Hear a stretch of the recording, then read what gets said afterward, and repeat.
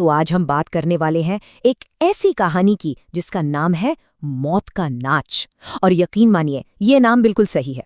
इसमें एम्बिशन है, बदला है और सुपरनैचुरल हॉरर का एक ऐसा कॉकटेल है जो जान ले लेता है। चलिए आज इस खूनी परफॉर्मेंस के पीछे छिपे हर राज को एक एक करके खोलते हैं। कहानी की शुरुआत ही एक बहुत डरावनी सी कविता से होती है। इस मंच पर आज मौत भी ताल मिलाएगी। सोचिए, ये लाइनें सिर्फ माहौल नहीं बना रही हैं। नहीं, ये तो एक तरह का वादा है, एक खतरनाक वादा कि इस स्टेज पर 8 और मर्डर के बीच की जो पतली सी लाइन है ना, वो अब पूरी तरह मिटने वाली है। चलिए शुरू करते हैं पहले एक्ट से, एक खूनी किरदार।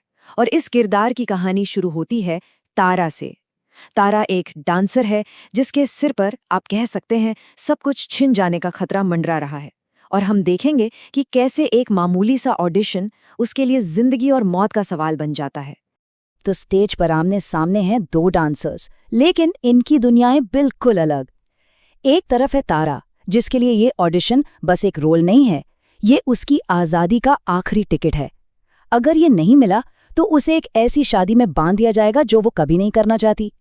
और दूसरी तरफ है पॉलीमा, कॉन्फिडेंस से भरी हुई, जिसे लगता है कि जीत तो उसकी जेब में है। अब जब ऐसा एम्बिशन और ऐसी डेस्परेशन टकराते हैं ना, तो अंजाम तो खतरनाक होना ही था। और जैसे जैसे ये टेंशन बढ़ता है, अजीब चीजें शुरू हो जाती हैं। सोचिए, दरवाजे पर कोई नहीं है, फिर भी घंटी बज रही है।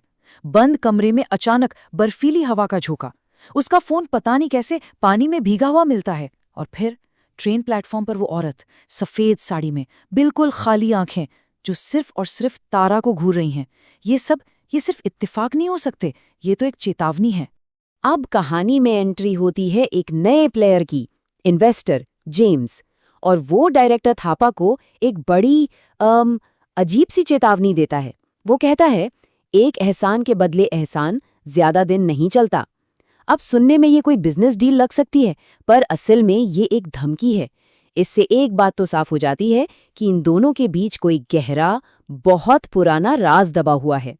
तो अब कहानी आगे बढ़ती है और हम आते हैं दूसरे हिस्से पर, मौत का साथ। अब तक जो शक्ति परछाइयों में छिपी थी ना, वो अब खुलकर सामने आती है। और इस बार वो सिर्फ डराने नहीं, बल्कि जान लेने आई है। और देखिए, ये सब कुछ इतनी तेजी से होता है। ऑडिशन से ठीक पहले ड्रेसिंग रूम में पॉलीमा तारा पर हमला कर देती है, उसका गला घोटने लगती है। लेकिन तभी एक बर्फीला सफेद हाथ पॉलीमा की कलाई को जकड़ लेता है। ये वही औरत है, प्लेटफॉर्म वाली औरत। और बस एक ही झटके में पॉलीमा को उठाकर दीवार पर दे मारती है और उसकी मौत हो जाती है। अब बात बिल्कुल साफ है, ये जो भी आत्मा है वो तारा की रक्षक भी है और एक कातिल भी।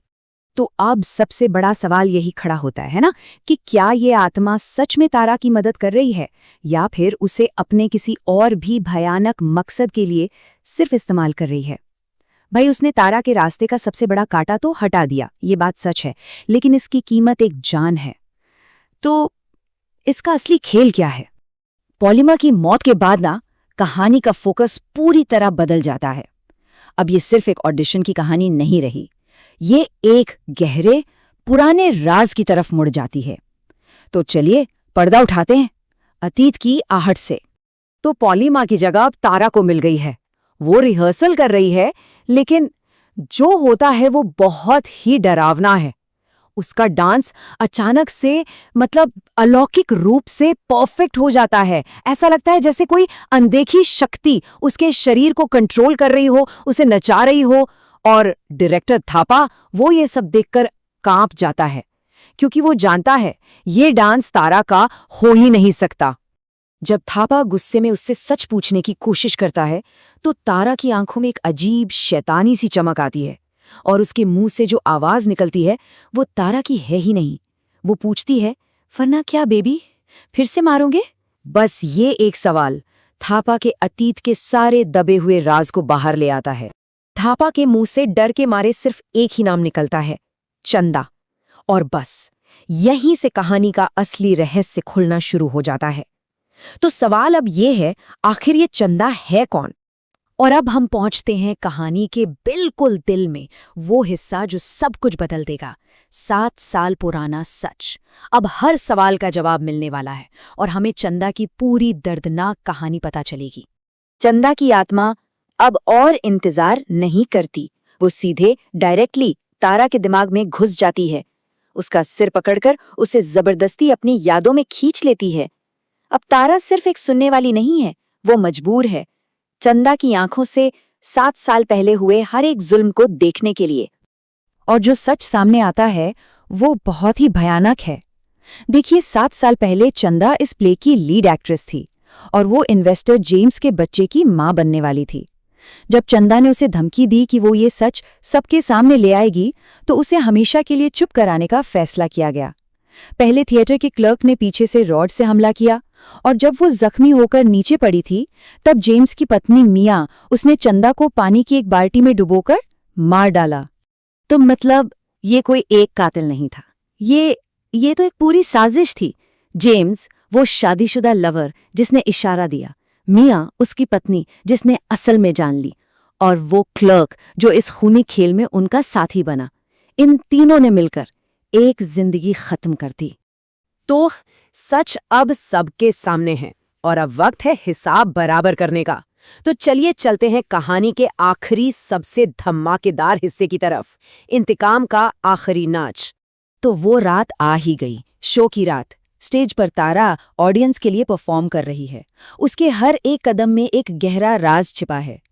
लेकिन असली शो, असली परफॉर्मेंस तो बैकस्टेज चल रही है, जहां चंदा की आत्मा अपने कातिलों से अपना आखिरी हिसाब चुकता करने के लिए तैयार है। और स्टेज पर तारा का परफॉर्मेंस खत्म होता है। ऑडियंस तालियां बजा रही हैं। उन्हें इस बात का जरा भी अंदाजा नहीं है कि इस शो का सबसे भयानक हिस्सा तो अभी बाकी है। और फिर उन्हीं तालियों की गड़गड़ाहट के बीच अचानक ऊपर से स्टेज पर एक एक करके 3 लाशें आकर गिरती हैं। जेम्स, मिया और वो क्लर्क। चंदा का बदला पूरी दुनिया के सामने पूरा होता है।